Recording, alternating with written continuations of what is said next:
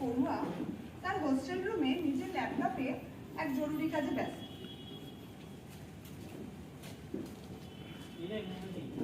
কি করছিস? ক্লাসে যাবি না? না রে ভাই, একটা কাজ আছে, একটা সফটওয়্যার বানাচ্ছি। মেডিকেল স্টুডেন্ট হয়ে আবার কিসের সফটওয়্যার? এটা বাংলা টাইপিং এর সফটওয়্যার। সে তো আমরা বিজয় সফটওয়্যারটাও টাইপ করতে পারি। হ্যাঁ, টাইপ করতে পারি, কিন্তু সেটা ইউনিকোড না। মানে বুঝলি, এ টিপলে আ আসে না, বি টিপলে ব আসে না, তাই আমি একটা ইউনিকোড সফটওয়্যার বানানোর কথা ভাবছি। আচ্ছা, তা এই সফটওয়্যারের জন্য কত করে নিবি? দাম নেবো মানে? মানে তুই তো সফটওয়্যারটা তো আমরা ধর লঞ্চ করব, তুই ধর লঞ্চ করবি, তা তারপর সেটার জন্য কোনো পয়সা নিবি না? না, টাকা পয়সা নেবো না, এটা তো একদম ফ্রি, এর জন্য কোনো পয়সা লাগবে না। বলিস কি টাকা নিবি না?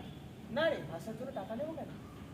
আচ্ছা ঠিক আছে, তাহলে তুই কাজ কর, আমরা তাহলে ক্লাসে যাই। ঠিক আছে, ঠিক আছে, চল।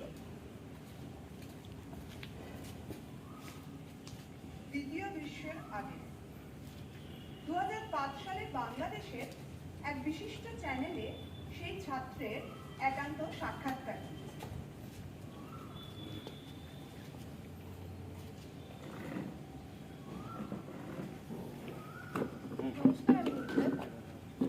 আজ আমাদের মধ্যে এমন এক মানুষ রয়েছে যিনি কম্পিউটার জগতে বাংলা অক্ষর টাইপের এক যুগান্তকারী সৃষ্টি করেছেন।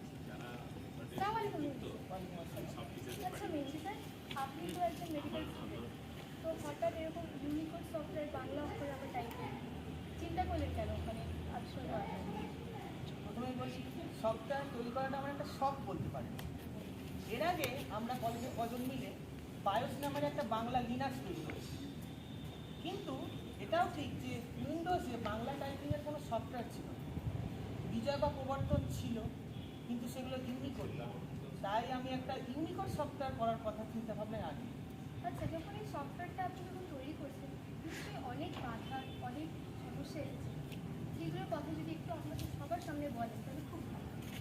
হ্যাঁ, যে কোনো রিসার্চ করার সময় অনেক কঠিন পরিস্থিতির সম্মুখীন হতে হয়, আমাকেও হতে হয়েছে।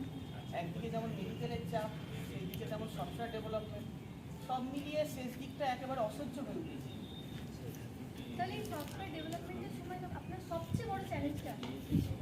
সবাই সেটা জানতে চায়, একটু বলেন। হ্যাঁ দেখুন, যখন সফটওয়্যারটা আমি তৈরি করছিলাম তখন অনেকেই মনে করেছিলেন যে দেশের বাইরের কোনো এক ডেভেলপমেন্ট কমিটি এই সফটওয়্যারটা তৈরি করছে। নিজের দেশের ভাষা, নিজের দেশের মানুষের প্রতি কেন যে এত অবজ্ঞা, সেটা আমি বুঝি না। হোক না একটা শখের প্রতি, কিন্তু এটা যে কেন এত হেলাফেলা সেটা আমি বুঝতে পারি। আরেকটা প্রশ্ন ছিল, আমরা জানি যে এই সফটওয়্যারটা সবাই বিনামূল্যে পাচ্ছে, তো এটা বিনামূল্যে রাখার কারণটা কি? এটা আপনি কি বলেন?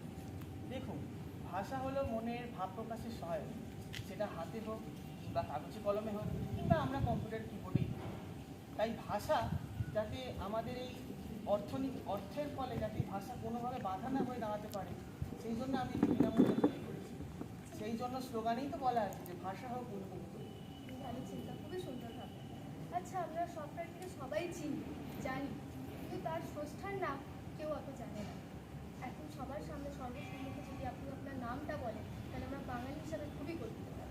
নমস্কার, আমি মেহেদী হাসান খান, আর আমার সফটওয়্যারটার নাম হলো অভ্র। তবে আমি চাই আপনারা আমাকে নয়, আমার সফটওয়্যারটিটাই চিনুন। ধন্যবাদ।